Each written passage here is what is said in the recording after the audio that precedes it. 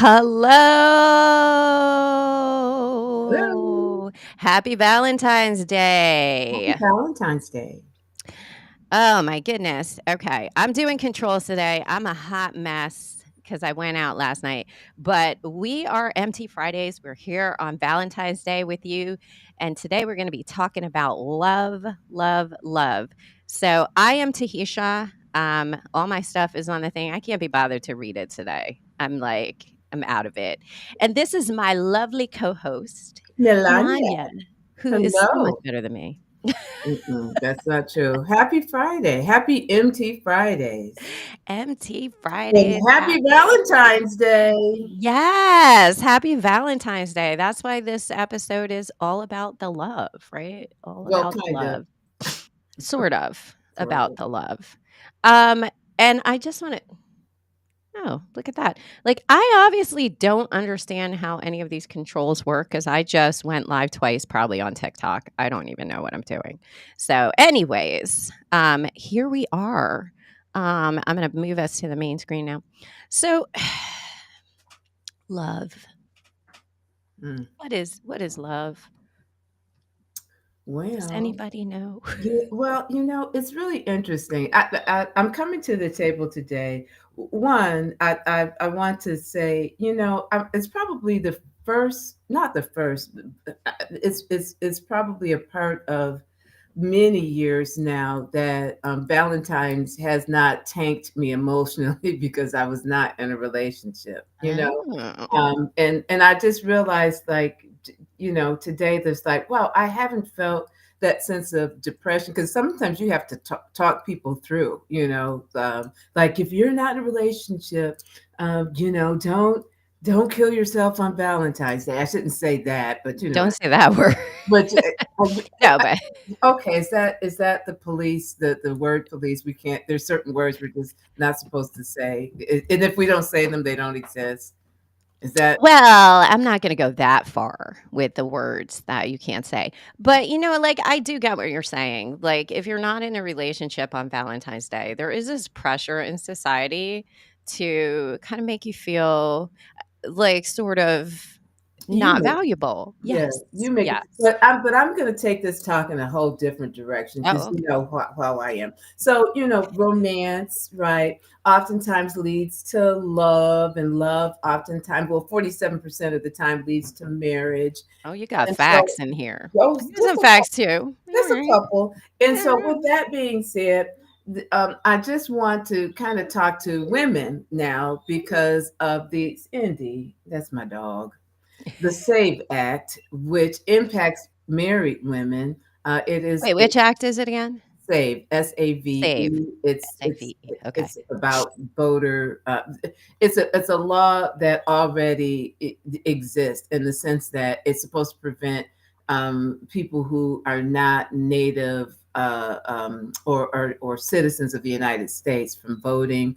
But it goes a little bit further in terms of what it requests in terms in federal law votes, elections, where you have to have either a passport or a what is it, birth certificate, uh, Okay. as proof of citizenship. The problem is that it does not make allowances for women who have changed their names because they have gotten married. Oh, okay, okay. So So, yeah, so I just want to throw are you that out telling there. us are you telling us not to change your name if you I'm get just married? saying that as we are in the glow of love, and Glow love of and love. movies are Oh, often you were saying, like, love needs to marriage leads to loss of identity that's all. That's for all. women, Yeah, that's maybe. all. That's all I'm saying. You threw that nugget out there, and, since you mentioned marriage, this was something we chatted really short about during the week, right? The whole, no-fault divorce that is, like, coming back and sorta like people are talking about so part of Project 2025 was to maybe get rid of no fault divorce. Now, I'm not saying that the administration is using Project 2025 as the template for the administration because they said they're not. And I really do believe that they would not lie to us. That's sarcasm. Um, is it sarcasm? I don't know. It could be sarcasm. But anywho, it does talk about like getting rid of no fault divorce and strength as a way to strengthen marriage. I don't know if that strengthens marriage or it just makes it harder to get out of marriage. So maybe you take it more seriously, but you should take marriage seriously anyways, because it is a legal contract that can have ramifications on your entire life even if you do divorce the person, depending on how long you're married and, all of those things. But what's interesting about it, the getting rid of no fault divorce, is it impacts women more because if one person doesn't agree to the divorce, then you have to stay in the marriage until you have a reason for divorce, right? And so sometimes if you're in a power imbalance, the woman who's being and I'm just going to say it's a woman in this scenario. I don't want to gender anything. It could be the reverse. But the person who is being abused is not going to have enough power to then go file for divorce and say, hey, so and so is the abuser in the relationship. And that's why I want out. Because violence and abuse is one of the reasons you can leave a marriage.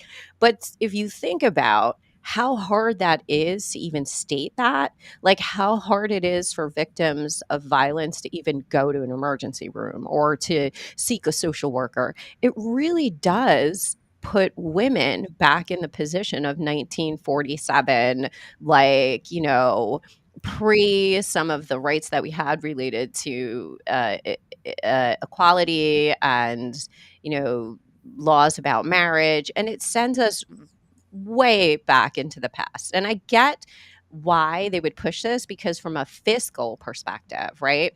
If you have men who are responsible for paying for their children because they're stuck in marriages, and so maybe by default, you're no longer having to go after, because part of what the courts do is they go after those who haven't paid child support. So you're getting rid of that expense because you're leaving more people in marriages. You're the idea. I can see the idea behind it, but it's really just once more one of these like patriarchal looking at marriage as a money maker for or a money loss for the government, right? Because if you keep people in marriage, then maybe you don't have as many people seeking government supports too as they transition. Because women have sought government supports as they've transitioned from bad marriages or maybe just marriages that didn't work out because we don't make the same amount of money. We still do not have equal pay for women. So there is like a financial deficit there. So I can see why you would be quietly pushing something that sounds good, right? Strength in marriage, but really has a lot of deficits for women. Which brings me back to what I was thinking about when I thought about love, which is like, should we even have marriage anymore?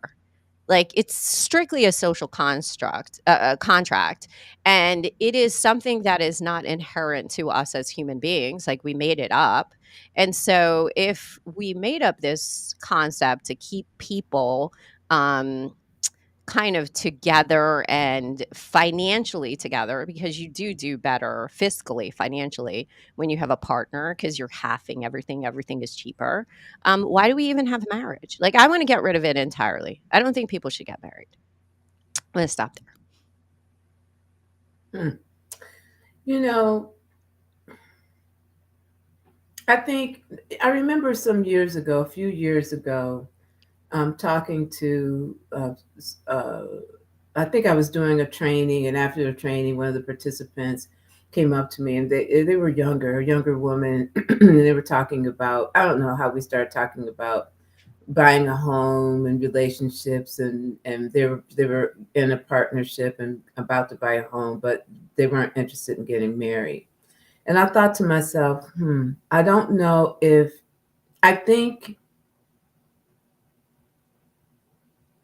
I'm kind of on the fence with this, Hmm. I really. feel like it takes the love out of marriage I don't think because it's well, okay. Let me not interrupt. marriage is a social, it's a contract, it's a legal contract, right?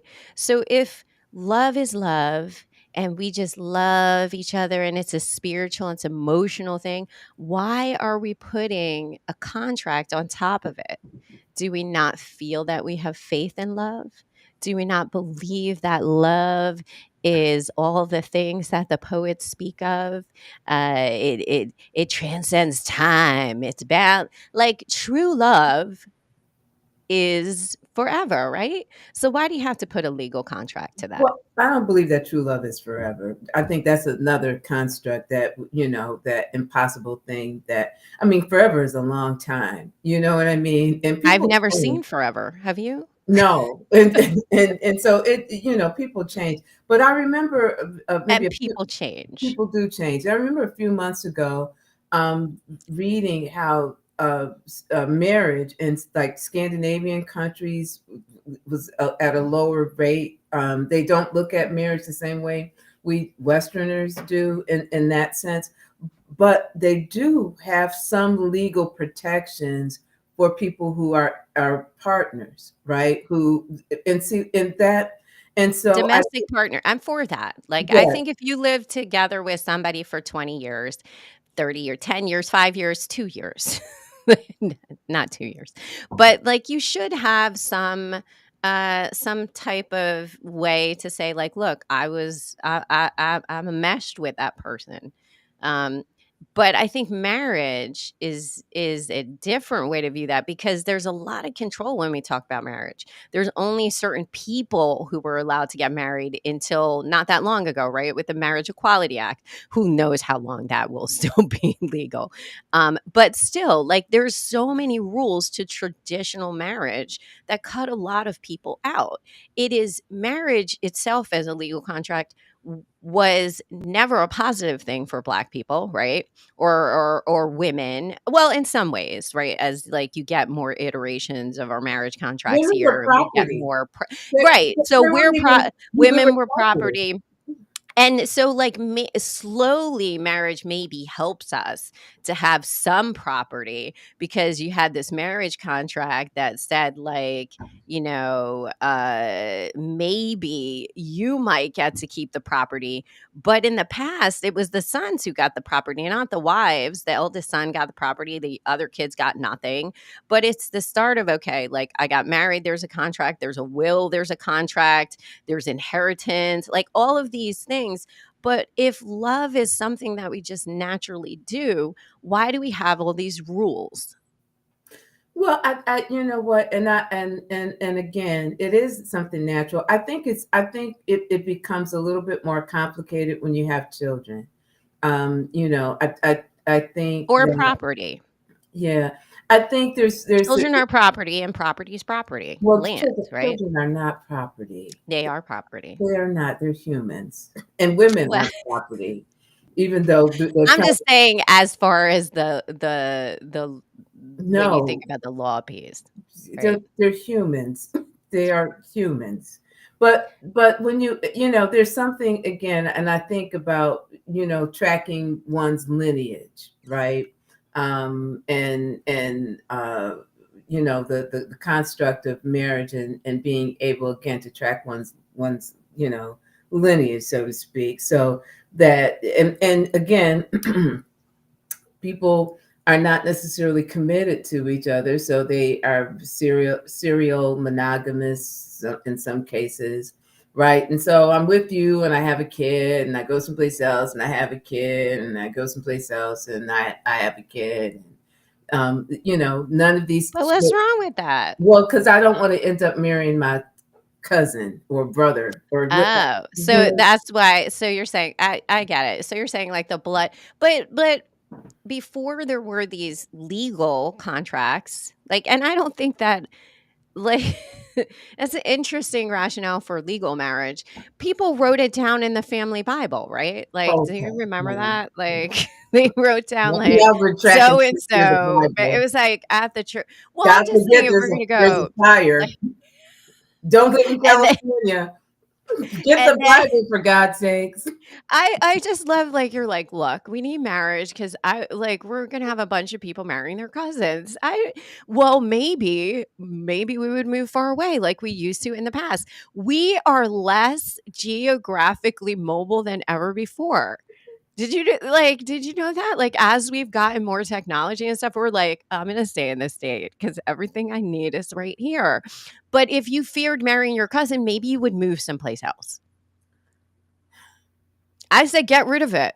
And, like, you know what? Has anyone, and I'm just curious, like, maybe someone listening is gonna say, like, "Look, when I went to file my paperwork, they told me this person was my half sibling," right? But that rarely happens until later on. It's not like the courts are like, "Yo, I want you to know you are going to be marrying your father's illegitimate child." They don't tell you that. So it's not even like it prevents you from marrying a relative.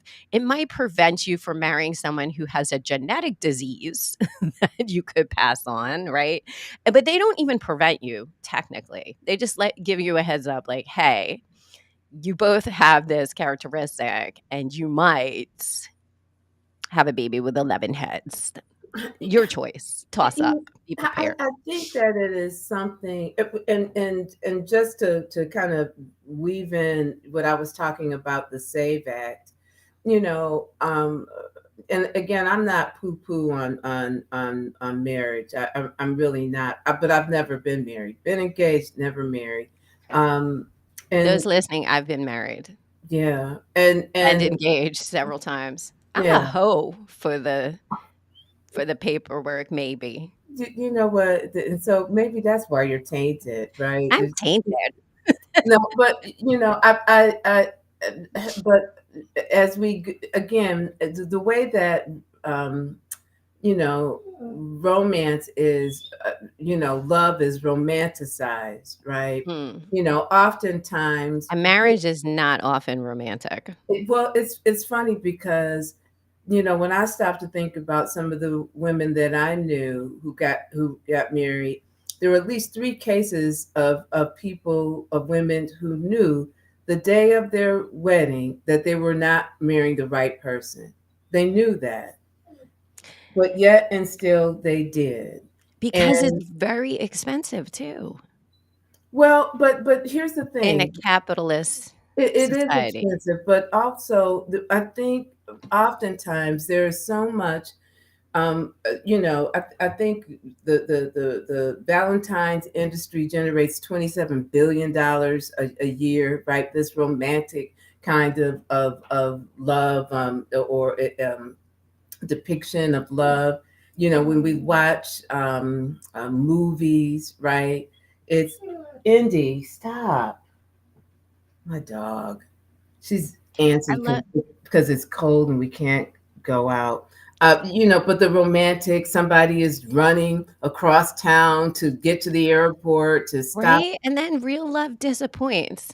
No, I'm well, like, it does not. Oh my yes, God, it does. it does No not. one's ever run through an airport and bit like, well, one, because you can't run through an airport, security probably will tackle you, so unrealistic. But, but those, like Romantic love disappoints. I it mean, right, the yes. romanticized Well, love. yeah, because we have this thought that we've been conditioned about love and marriage and relationships, and that, if someone really like every Hallmark movie, the person changes. Both people change in some way in order to be this thing that they want to be. Like this, if it's like City Lady goes to the farm, she ends up leaving her high power job and she lives on the farm with rugged dude, right? Like that's one of those tropes that's a romance movie.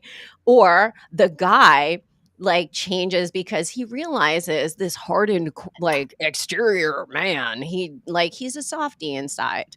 And that like it makes you think that love is also a changeable, like that you can change people with your love, that's part of love. And I know we don't think about the unconscious socialization that happens as we grow up and we see things like, you know, even makeup, right? That's considered a part of the love process, right? We make ourselves pretty. Both genders make ourselves pretty to appeal to the others, or we try to look attractive. But what does that mean? Like, what does it mean if I don't look like this in my worst times? Like, what does that set us up for in the love relationship?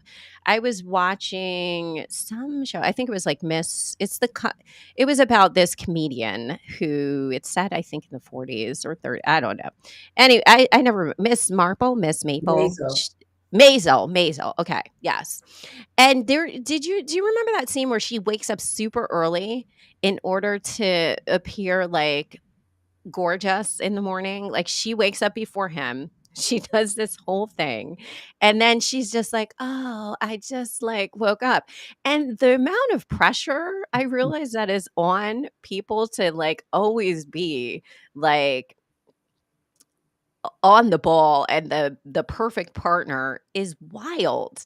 And then of course you get disappointed the first time you see your partner like throwing up in the toilet or having like a really serious like illness, and you're like, "Ooh, this was not in the movies." Unless it's the one where the person gets really sick and then like you love them forever because they died at the end, right? So like, we have all these like just false images. Unrealistic, romanticized ideals about, and you know me, I am a sucker for romantic reality shows, Yeah, and some are. of them have ended in like Love at First Sight. There's another one that I think Love at First Sight. Some people have gotten married, had children, and are still happily married, which is really interesting. And then there's this other experiment where, again, some have resulted in marriage and children. It is no, it is that is Love at First Sight, but I've watched a number of them. But what I find very interesting is oftentimes, and there's some women out there might get me, excuse me. Oftentimes, the dialogue among the woman in the relationship is how she's going to change him. Like, he's are you attracted to him? Well, yeah, well, we're gonna have to do something about that wardrobe, Oh my right? gosh, And the glow up, right? Like that so, women come in and you look better after you or that's so they think, but it's like, well, he likes to wear plaid shirts with flamingos on them. That's his thing, right? But no, we're not going. Oh, you are you going to wear that? And I watch how in subtle and not so subtle ways, there's this expectation of, you know what, I like a portion of you, but if you can live up to this romanticized ideal that I have in my head, then I can really love you 100%. Well, that seldom works. That's why the divorce rate is a little less than 50%. I'm not, I shouldn't say that and that only that, but I think that so much emphasis is put on, and it really drives me nuts, that ideal before you get married, that you're supposed to have 24 hours, right? That you don't see each other. That's not to go out and hang out with your girlfriends or hang out with your boyfriends and drink and get stupid. That 24 hours should be spent saying, let's do a pros and cons. Is this person really the person for me? Right? but real but realistically at that point, right? At that point right before, if this is a traditional where guests are coming or whatever, you have spent so much money That's a that you problem. are not going to cancel. And it's the money piece, That's a right? problem. Yes. Like we should not the economy of love and the marketplace of love is just so huge that most of us will not get out of problematic relationships. We will not cancel the wedding last minute like in movies, right? Most people don't do that. We stay in relationships because we get used to the patterns of going out on a date, right? Getting dinner, whatever that looks like. That dating happens in relationships. It could happen with just yourself. You could go out on a date with yourself, but that's expensive, to be honest. Like, if you have somebody to split that with, that's much cheaper. So there's this whole like the finances of love and dating and marriage that make it almost impossible for us to extricate ourselves when the shit hits the fan and we no longer want to be sort of with that person. There's money to be made when you want to get out too. Well, the marriage is an industry, okay? It is Completely. from Valentine's Day all the way to divorce, right? It is, and let's not forget anniversaries, right? Yes. Because you've got to put a bigger ring on the finger, because it's your 10th anniversary, right? I mean, it is a money making endeavor. Again, like I said, I'm going to go back to that 24 hours prior. If you're not spending thousands and thousands and thousands of dollars on a wedding, then if you really come to the conclusion that night before, it's like, this is really not something. Marriage is a very intimate thing. And I'm thinking, again, never having planned one, but if I were going to have anyone attend my wedding, I really would want the people to attend my wedding that are going to support me in this wedding, right? Those that girlfriend or that cousin or that best friend or that you're going to call when she gets on your nerves or when he gets on your nerves or when they get on your nerves or when you're having problems, when they can talk you off of the ledge or remind you, well, let's not forget your part in this, right? You want those people. That doesn't take 300 400 200 300 100 people to do that. That's a very intimate group of people who Or would you be, could elope. or you could elope. I mean, but I'm saying if you want someone to share in this moment, but if you watch, which I don't. I've seen a couple, but if you see, these programs, about weddings and brides or whatever, if you Mm. listen, they say things that like they're having this wedding we're having this feature to impress people. Becomes less about really bonding and building a unified life with someone and more about how we're going to impress someone that is not really going to be there in the clutch when we have issues, because every marriage is going to have issues. Every relationship does. Like I said, it's this romanticized thing. You do you think some of that also has to do with, as we've been able to capture in digital and print and Yes. video more of our life, how like we instead of just writing about it, now we can digitally capture it. We can preserve that moment forever. And there is this sort of like with human beings, this like need to memorialize all these moments in our lives in a certain way. Like it does seem like we've definitely gotten less in the moment and more, well, how is this going to look on the picture or the video or and the How many likes impressing am I is, going to get, so to yeah, like how speak? many like as we've shifted to being able to have access to even more people who can sign off and approve or disapprove our life and the life that we're displaying to them. That's interesting that you mentioned the impress piece. And so I think I told you this. I don't know if I did, but so when I first got married, I married someone I worked with, and we had dated. Maybe it was dating. It was there was some my children don't listen to this, and I think they understand this story anyways. They're adults. But we got married after knowing each other for like 2.5 weeks. And yes, but like we knew each other, but we worked together. But we had only been. I'm just gonna throw it out there. We'd only been effing for like 2 weeks, 2.5 weeks. And, like, it was a I didn't change wear up my for me. I didn't wear Let my me pearls today. Clutch the pearl. oh, clutch them pearls. Everyone should be clutching those pearls. I think my mom does listen to this, but she or like, she knows me already. So we had known each other in a romantic way, or I'm just gonna say sexual way. We'd known each other in a sexual way for about 2.5 weeks. And I was joking around at a Lone Star. Do you know what a Lone Star restaurant? We were there, and I was like, "Yo, you want to get married?" Mm. And I asked him, and he was like, "Oh my god, yes." And I was like, "Yeah, let's go. Let's go right now." Because I was wild. Like, I was in my 20s. I got married around the same age that people probably in 1753 did in their 20s.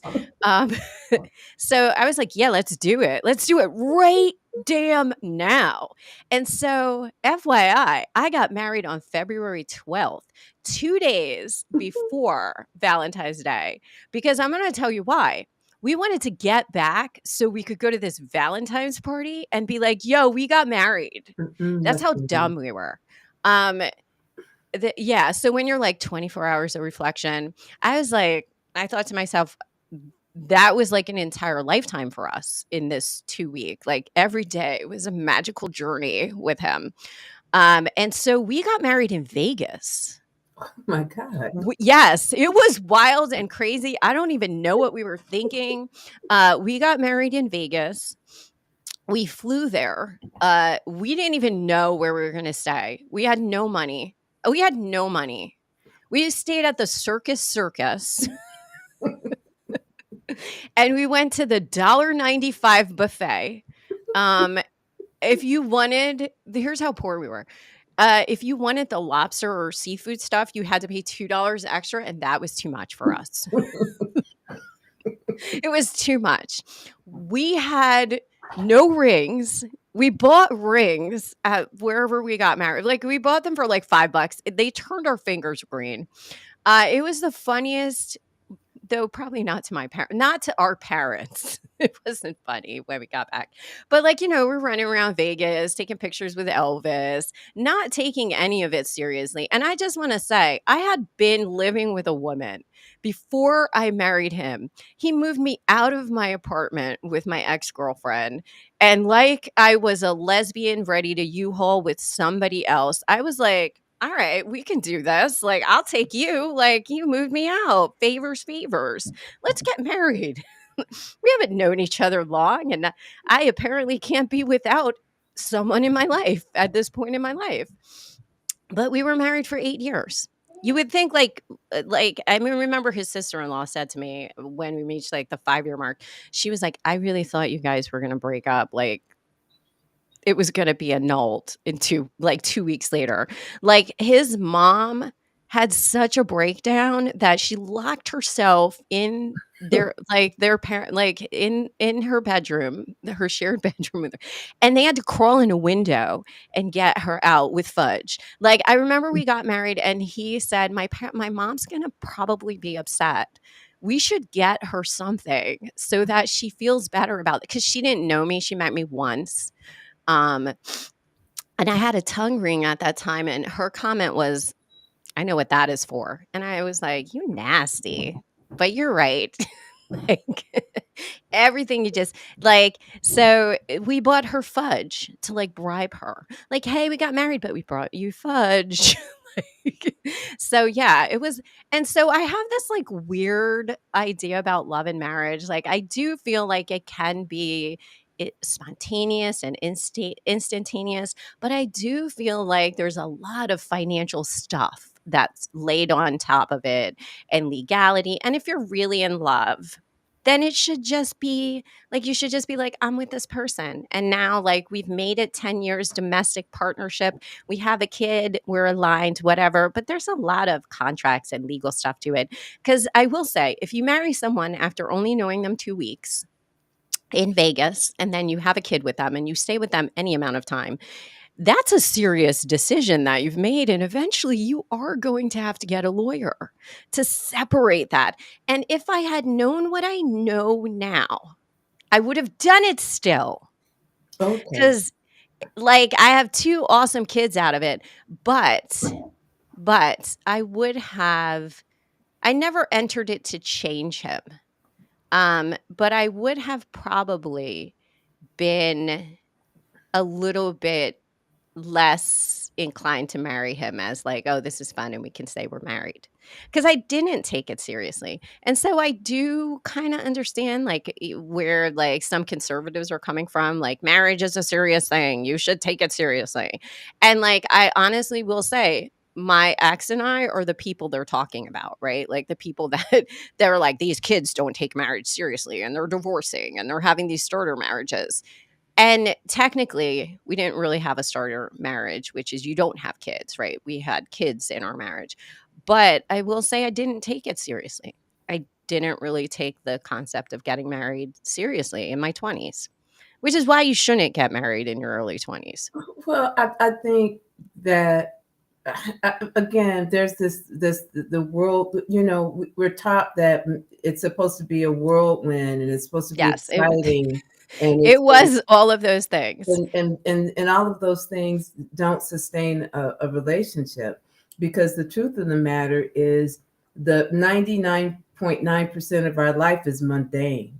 Yes. It's rituals. It's getting up. It's working. It's cleaning. It's And that's where it fell apart. We were young and, like, part of it was, like, all of a sudden you have to have a little give and take in a relationship. And the whirlwind that was that Vegas and crazy sex all the time and all of that youthful stuff starts to you start thinking about, well, what's the future going to look like? And you have to have more strategy and planning. And you think about mundane things like retirement and how will we pay for kids' college and how will we do this? And now we're going to work, and maybe you're not going to play in a band anymore, and maybe I'm not going to write a book because we're thinking about a partnership and it's running like a business. And it gets like marriage is like a business, really. It's like you have this project and goal, and like it's and it was a lot of it was the mundaneness of marriage that probably was a that, and lying too, that probably was a factor too. Again, I think it's that so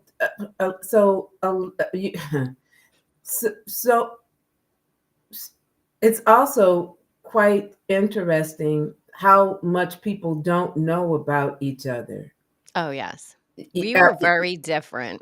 He's a but, Republican, well, but you know what? But I but, mean, like, more hardcore now. but I mean, some really very intricate things about because we can tend to be superficial. We can chase the fun.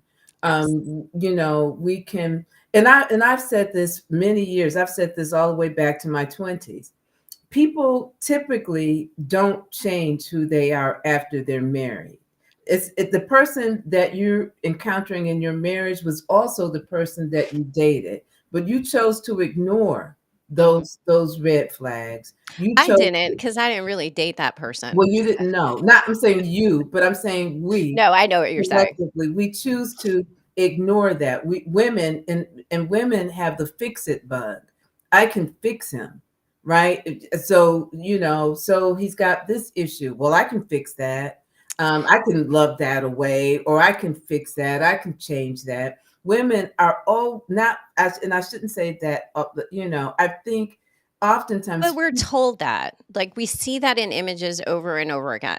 That's why when I was like, "Yeah, like, let's have this," because I have seen that in movies over and over but, again. but Like, the whirlwind, the, like, "Oh, well, I'm going to help my partner to become a better whatever." But even in terms of the home, right? You see it again in shows and movies or whatever, right? They move in together. He's got some chair or some artwork that she doesn't like, and she's like, well, that's not going to be in my house, right? So he's not allowed to be who he is, really, because now we're together. That part of your expression can no longer be expressed, because I have this vision of what things should be and do. My biggest concern really is that if you don't plan on having children, I think you can do whatever you want. I think the game changer is when you decide to have children. that is when you, as two human beings, have to really make a decision in terms of what kind of environment and world you're going to create for that life, because they didn't have a choice to come into it. And so to go about, starting families, and or not planning to have, children, and oops, there it is.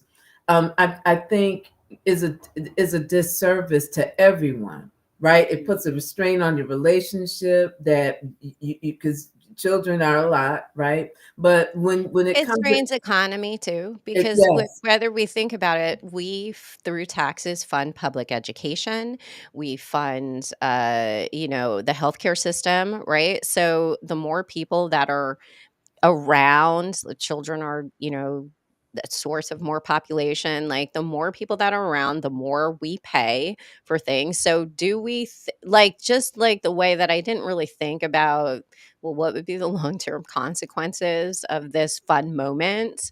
Um Children are, you're right, we don't really give a lot of thought to what is the world as a society. And I'm going to say as a society, the impact of what all of these images around marriage do to human beings, and the outcome of relationships sometimes is children, like who, and the other piece, other than like the environment you want to raise these children in, is the selfishness piece, right? Like when you have a child, it's a little expression of yourself, and there is something that is endearing and wonderful about seeing that little, the mini version of yourself, or whatever you want to call it. And then when you separate from your partner, who does that little mini person get to stay with most of the time? Am I going to get to see them? And for men who we like to say, oh, like, I think men get the short stick here because they miss their children just as much as women do. And I think it's false for us to think that men don't have even bigger hearts, perhaps, and compassion than women in some instances. There's like so much here that we rely on society to dictate our behaviors, with even the concept of there has to be someone at fault in a relationship, right? This no fault divorce. And like, what does it look like if the father is the primary caretaker of the child? Because I remember when I was getting divorced, I said to my mom, I said, I'm thinking about leaving the kids with my ex. And she was absolutely like, why would you do that? Men can't raise children. Why would you leave them with him? And I said, well, the and so here's the piece of my brain that went, well, logically, I don't make a lot of money. And, he has more resources. And why should a woman have to like change? Because I was very like, why should I have to like change my whole life? And like, I'm going to have to do this. And like, why is it always women who just assumed you're going to live with the female partner if it's a heterosexual relationship? Like, why is that the assumption? Why don't we assume that men can raise kids? Why is it always if there's an Instagram or a TikTok of some guy raising a child, we're like, "Oh my gosh, he's so wonderful."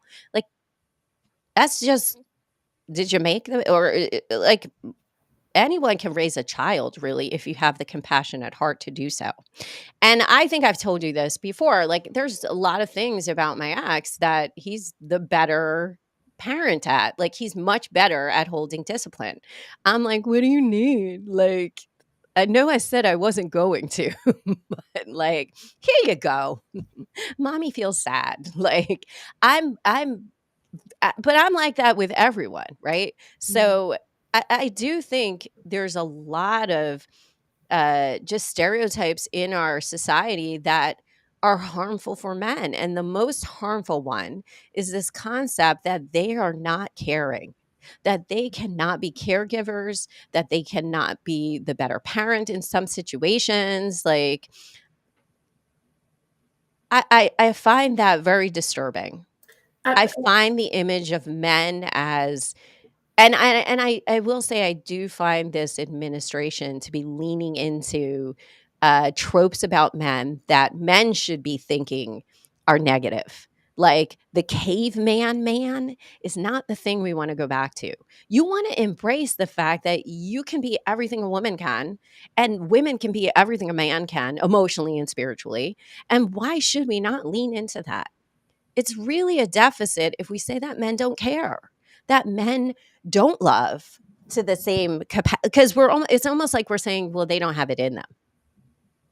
And I think that's not true. I would, one of the most disappointing things that I see, heartbreaking things that I see, is when, someone, has a child, and within months, a year, the couple is split. And we have, as we're talking about romance, and I think that we need to be more clear headed about forming these relationships, because a child wants to live with their parents. They want to live, and I don't want to be exclusive to same-sex couples, or who, or those who adopt. To have a loving parent is a very important part of our maturation as human beings. But it's also a difficult life. Being a single parent is a difficult life for everyone, right? It's brutal for the woman, oftentimes, who is the primary caretaker, right? She's still working. She's still the primary caretaker, and she doesn't necessarily have that spouse, or to uproot the child on the weekend because it's your dad's week to get you, right? Well, maybe I'm tired. Maybe mentally I want to sleep in this bed, and I want to have the familiarity of the place that I'm in, the majority of my time, and I don't feel like that. But you don't get that choice because the court has ordered you Mhm. to be in this place at this time. And I don't know what it's like to go to bed and not know that your whole family is safe, right? Because you are not with them anymore. You live someplace else, they live someplace else. I just saw, uh, um, uh, I forgot, maybe, well, I can't remember what state it was, but um, a homeless woman with 3 children. Two of them died from being from hyper thermia because they were sleeping in a car. The father gets a call when he was at the gym, right, that his 2 kids were dead. Oh, I no. don't know how you. I don't know, as a society, as we look at romance and we look at love, I think that whether it is a legal marriage or a not, a marriage that is just soul bonding, or whatever you want to call it, right? Partnership. I think that as women, as we decide to have children, to really be clear eyed about what this commitment, what that means to you financially, what that means to you in terms of your time, what that means in terms of really being able to be accepted as you are, and to be accepting as a person. Not, I'm not here to change you. If I can't love all of you, warts and all, then You said women, but I'm gonna pop in and say this is for men too. I'm saying And women that who make the decision to have children. well, and men, but see, and here's the thing with love and marriage and children. Like, I think we tend to pull men out of the equation. Men contribute 50% of that, right? Men, like infertility and issues with children, you're bringing some stuff to the table too. Yet when we talk about kids, we tend to talk about women first. Well, because Or we, women makes the and, decision.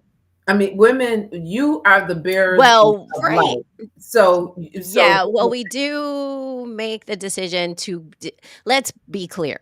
We make the decision to continue that life growing inside of us, right? or to prevent it.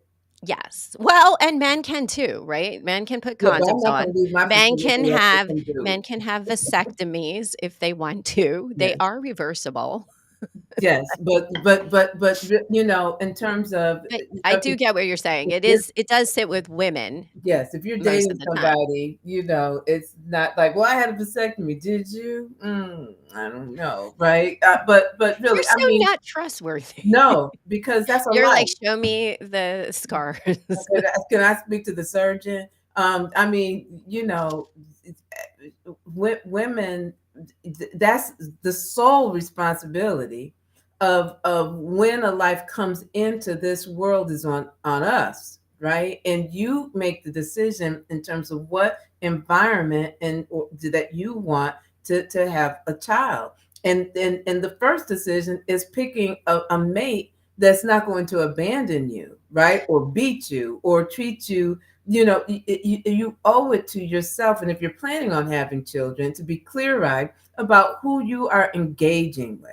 And I say the same to men. Be clear-eyed Yes, with who you're sleeping with because this could be the person you're tied to for the rest of your life, financially, emotionally. One thinks that they're not emotionally tied once they like, you break up or whatever. But if this person's calling you all the time about your child that you share together, or like you have to be thinking about that too. Like there are there are red flags that men ignore all the time too.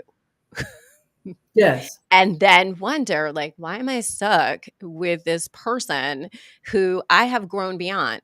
And sometimes the red flags are letting you know, like, in the future, you're going to grow past what this person is embodying now. Like, if you don't like it now, you're not going to like it later. And you were saying that before, like, hey, if you don't like it now, it doesn't get better. does Like, you're not. not going to, but we're both, I think both genders are taught, like told through movies, through our parents, through like with my mom saying, "Well, why would you leave the kids with him? Like that's wild. Like men don't raise children." And I was like, "Yeah, men can. Like they can raise children." And my dad's take was different. He was like, "That'll give some thoughts, right?" He was like, "All right, well, you go, like you go do that." And then I thought, would I want my dad raising me? My dad did raise me most of my life, so that was probably why I was like, he could raise kids, like because my dad worked nights and he would watch us in the daytime. He was the worst babysitter because he drove a Frito-Lay truck and he worked nights. But we didn't have it because, like that would have been an extra expense. My like he just watched me. And when you have a night job, you really aren't watching your kid in the daytime. So like I had this thought like my dad did it, like my ex could do it too. Like Mm. Yeah, so and keeping with that being clear-eyed theme, you know, going back to the that Save Act, it it's problematic in terms of, and I think we are in a point now that you know, as we're talking about relationships and things of that nature, that we need to be very clear as to what direction this country is moving in terms of women's rights, to control their bodies. There's a doctor in New York State now being sued by Louisiana, and someplace else, maybe Texas, because they gave you know, abortion medications to residents of their state, and so you know it's really dumbfounding to me that we are debating, and I don't see an uproar among women who, you know, to have autonomy over our bodies. I mean, men don't have that kind of legislation, but yet and still somehow we have been, you know, kind of ambivalent about that, and it's only going to become more constrictive. But with that being said, now then, if this act passes, you know, women who are married who change their names may be in danger of not having proof that there's a citizen because their birth certificates, right, and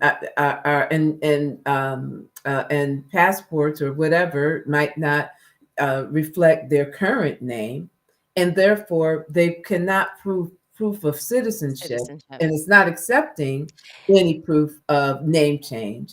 And Well, but so, see, once again, you're talking about a shifting of identity, right? Like, so if we say that in marriage, women would take the name of their spouse, like, why do we still do those things? Why that's why I question marriage, right? It really is just a contract about property. Like, why do you need a legal contract if love is this magical thing that we all say is wonderful and organic? Like, why did we put a contract on something that is it just happens? well, Because we want to make money. yeah, It's the beginning of modern love. but I want to finish that train of thought that I was on. So being clear-eyed, right, and it's for women. For Understand? men too. I'm I'm gonna no, keep but popping that in there. well, I'm talking about this act and how it impacts women. It's not It impact. impacts men too. It's not, men are not losing their vote. Let's not. I mean, come on. So here's how I say it impacts, and this is just my opinion. I think that as men see, like, as we lose some of the equality rights for women, we then say, well, men, you're going to have this responsibility. Like, if your wife is not a citizen anymore, you completely are responsible for that person.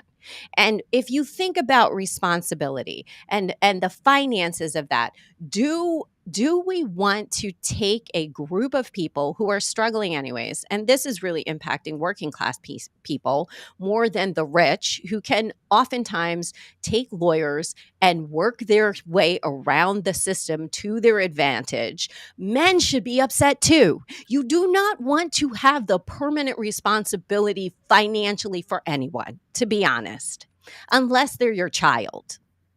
Like, Right. that is a truth. I'm saying And men. so men should be angry that anyone should They be able to they tap should. into their finance. They should be angry that that their mothers and sisters and cousins or whatever don't enjoy the same rights that they The do. same They, rights and freedom, and that eventually they, the law will fall back and say, hey, if we're shifting our responsibility back to ourselves and the states and individualism, hey, she has no rights, she belongs to you, you need to pay for whatever nonsense but she's that's not doing, going. whatever. Yeah. But that's, But I want let me them to finish follow my it all thought. the way Can, down to can the I most can I disastrous can I case for finish them. my thought, please? Thank Yes. you.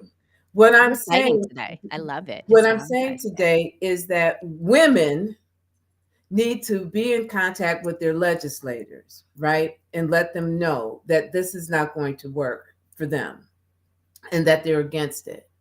And that they're willing to pull their votes if we're ever able to vote again, right? But also being clear-eyed when you if you are getting married, making the decision whether or not you want to change your name. Yeah, That's because what I'm that's hard to talking go back to, by the way. It's that is a decision. Again, we romanticize a whole hell of a lot, and we live in a patriarchal society. Much of the world is a patriarchal society, and I've always said patriarchal societies do not serve women. They don't protect us. Don't get it twisted. Don't romanticize it. That's the truth. And if you look at many patriarchal societies around the world, the women are not faring well. That means communities are not faring well. That means children are not faring well. So as you go into getting married, if that's what something that you want to do, be very clear-eyed and understand the environment now in the United States in which you're doing it, and be clear on whether or not you want to change your name, because it can have ramifications about your ability to be able to vote. And again, this will probably, but again, my understanding right now is that the SAVE Act would not allow proof of name change or a marriage certificate as acceptable proof of identity. So that is impacting, right? Some people can lawyer up. It's Mhm. going to impact people who are marginalized and don't have that kind of income. But women in general, Go ahead and get married if you want to, but you might want to decide to keep your own legal name. Well, and that's just why I've decided I'm against marriage overall because it's a contract, and it's a contract we enter into without a lot of, I don't think we take it as seriously as we could or should. Mhm. And the long term ramifications of marriage are, for both parties involved in it. So I know we're almost at the end. We're going to go a little bit longer. uh, Oh, yeah, we're almost at the end. We're gonna go a little bit longer just because I wanna highlight something else. So for men, I'm gonna be the men's advocate on this romantic day call. mhm. For men, Social Security, believe it or not, if you divorce your spouse and you've been married for a certain period of time, and this works both ways, I believe, but you can claim Social Security on your ex spouse's earnings. So for men, I want you to think about the fact if you were married to the person for, then there's a time, like there's a length of time you have to be married. Um, you also need to think about fiscally, like you're still going to kind of be involved with this person forever if you get married and you stay married. I think it's 7 or 8 years, or might be 10. So you're always going to kind of be involved with that person. Like, are you going to be okay with that? Is this someone that you can see in the future giving, alimony to? Because I think we're headed back to alimony days. Like alimony, women don't claim alimony for the most part. It kind of went on the downtrends, but it was a way to ensure that for women who often are financially unequal in relationships, it was a way to ensure that if the relationship ended, she still got something. Just in case, like, let's say you left your job or you never had a job because your job was, and that is a real job, right? Taking care of the house, taking care of kids, it allowed you to also have money separate from child support. So if we return to these days where we're very much a patriarchal society, I want men to start thinking about, you know, we have this image of equality and equity in marriage that is much different than a patriarchal society would have. Like men talk about women who are quote gold diggers, right? Patriarchal societies, they sort of they support this. They support the idea that as part of the exchange for staying at home or raising kids, that there's a financial piece. And so, what I find most interesting is most men will be like, "Well, I don't want to support someone forever, or I don't want a gold digger, or she just shows up for the paycheck." But patriarchy supports that and women doing that. They support the concept of the man being just a bag of money.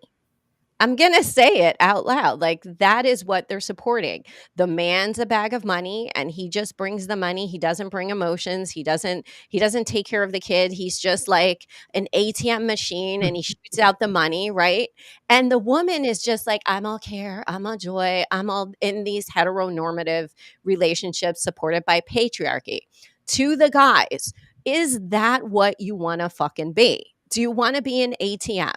Do you have billionaire money to be an ATM? Which is what I'm going to ask you. And if you don't, then start thinking about, well, what the hell is equity? What does equality for women and women's rights look like? Why don't I want this? Why don't I want women to have more, women to have equality? Why don't I want them to share in the romantic piece of it? Why do I want to return to, I take off my jacket, I throw it on the puddle. Maybe she takes off her jacket and throws it on the puddle for me. When we shift back to where we were, we are putting so much responsibility fiscally and financially on men. I fear for their health. Do they want to have heart attacks at the rate that they were having heart attacks when they were the sole financial responsibility, right? Like if, and I'm not going to say that like that's monolithic to say like that's the way that we functioned pre some of the equality rights and laws for women. But for the most part, there was this huge pressure on men, of a huge pressure to bring in the bacon, right?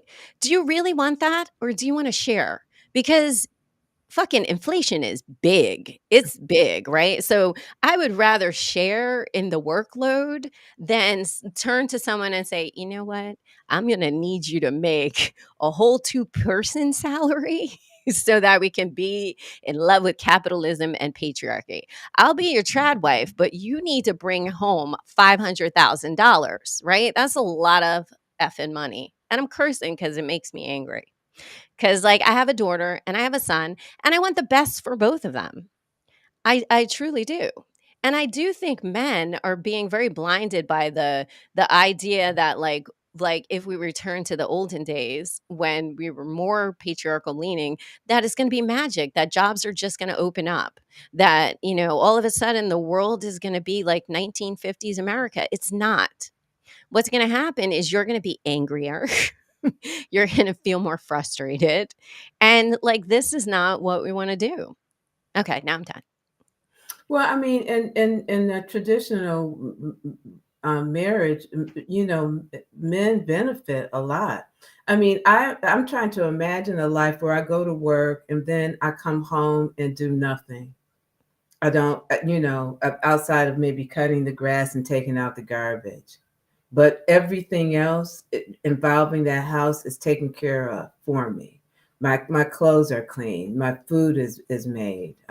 That's if you're making enough money to allow for the wife to stay home Well, that in this happens pretend regardless. scenario. Regardless, even when a woman works, chances the bulk of household chores and child care falls on her. So he goes to work and then he can tune into ESPN, right? I'm Yes. going to push back there. I'm Well, going to push back on that. I mean, if we're talking like, marriage benefits men.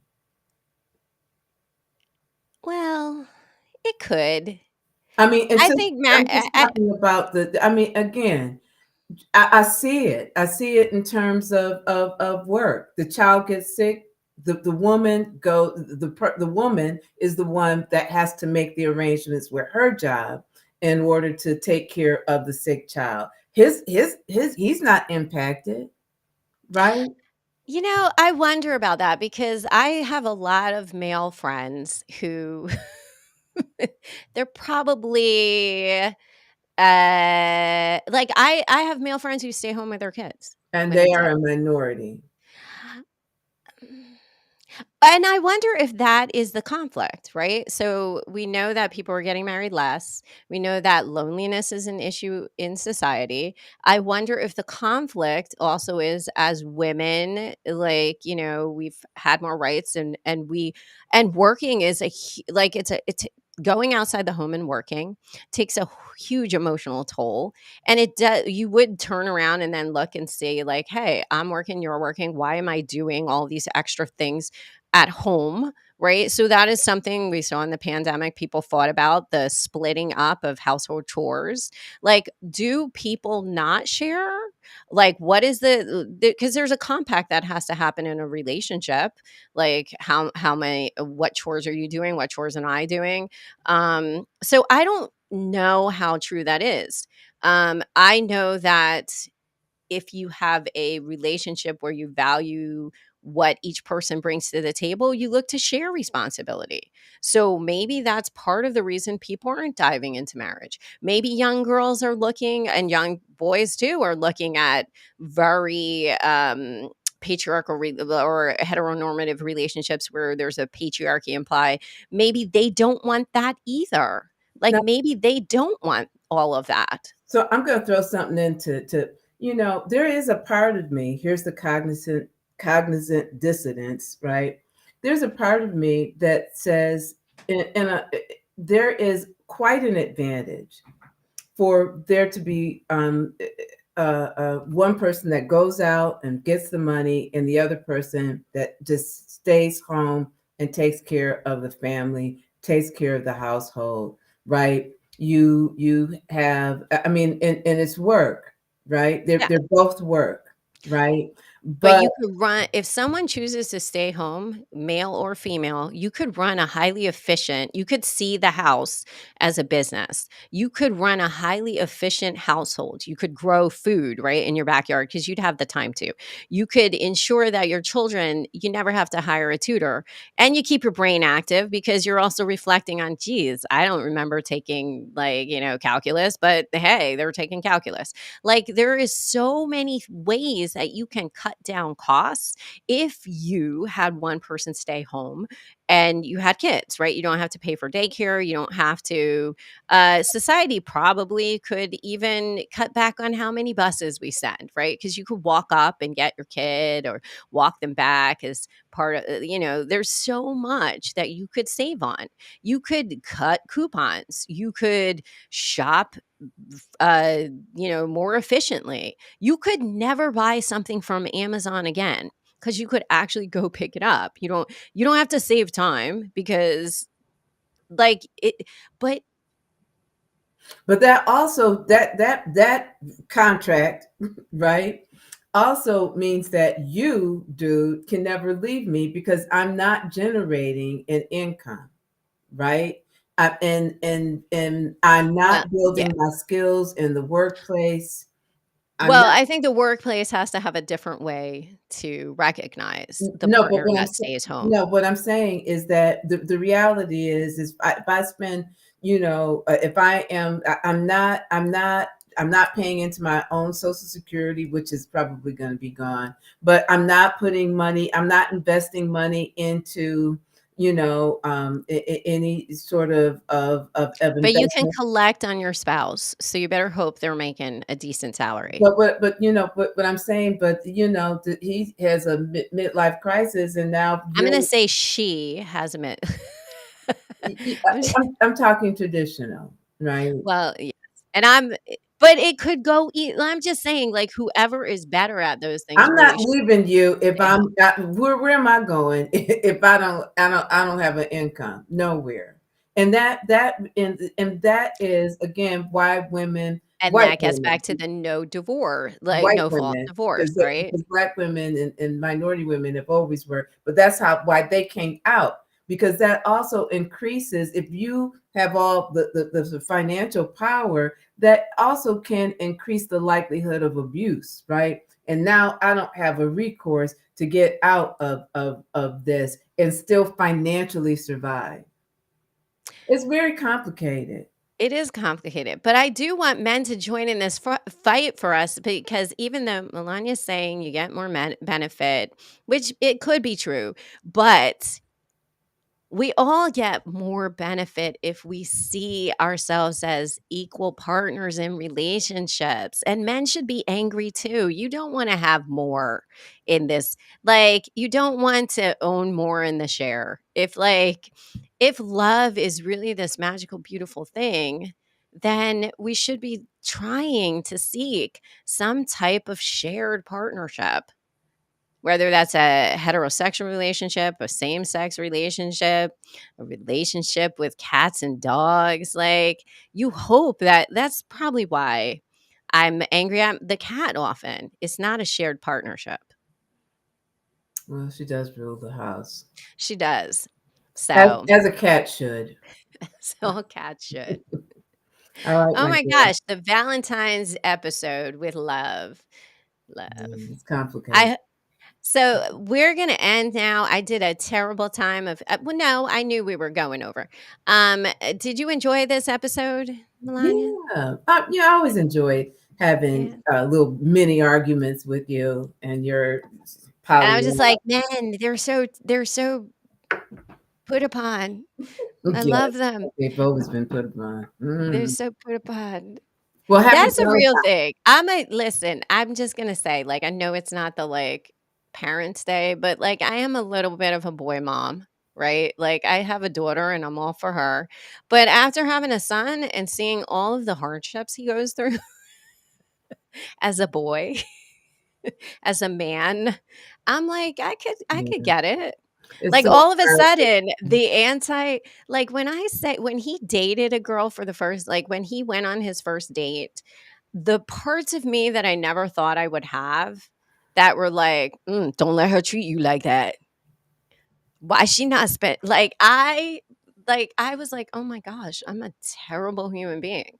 But I definitely could see like how these aggressive moms happen, because I was 2 steps from an aggressive mom, like, who's like, "She's not worth it. Let She would me never be worth let it." me just put it this way. I think it's difficult to be a human, Ugh, period. Whether you're a woman or whether you're a man. I think that there are societal rules and regulations and expectations that don't really serve any of us. And it yes. makes life difficult for all of us, right? And I am not a man basher. I think human beings are are both wonderful and atrocious. Okay. We have the capacity to be all of that, but I don't think that it's easy for anyone. I think the pressures that's put on men not to show or have emotions, to feel emasculated by everything that could, by anything, so to have their egos constantly threatened, to feel that they are the protectors That of is everyone. It's a lot. that's emotionally It's like, it's I don't it's a want that lot. for any of us. No, I don't and want a flip of the roles. I yeah, want us to elevate. Really, that's what I want us to do. and I want us to elevate and become like whales. well, They're matriarchal, by the way. oh, Um, all for the matriarch. But I think that, as we move forward, and again, because right now in the United States, we're really pushing, again, to take rights away from marginalized people, take rights away from women, right? I think it's a good time for us to start to really get our heads out of the clouds and really look at, what kind of relationships we want to have, how we're raising our children, how are we raising the men in our society, right? How are we?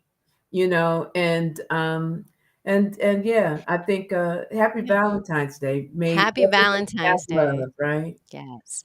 And guys, I believe that men have a huge capacity for love, and that they're so much more caring and loving and emotional than we traditionally have given them credit for. And so, to all of the guys out there celebrating Valentine's Day, enjoy it.